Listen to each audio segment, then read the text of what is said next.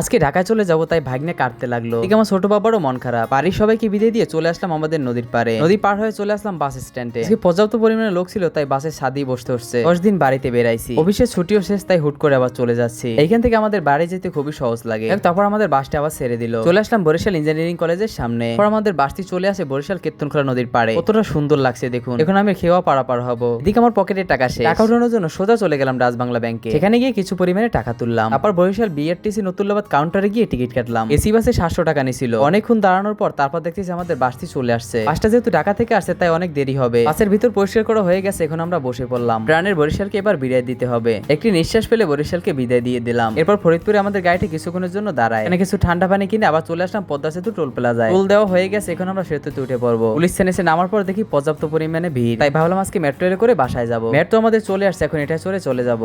সচিবালয় থেকে নামবো দিয়াবাড়ি। এই দিয়াবাড়ি থেকে আমার বাসা যেতে মাত্র আধা ঘন্টা লাগে।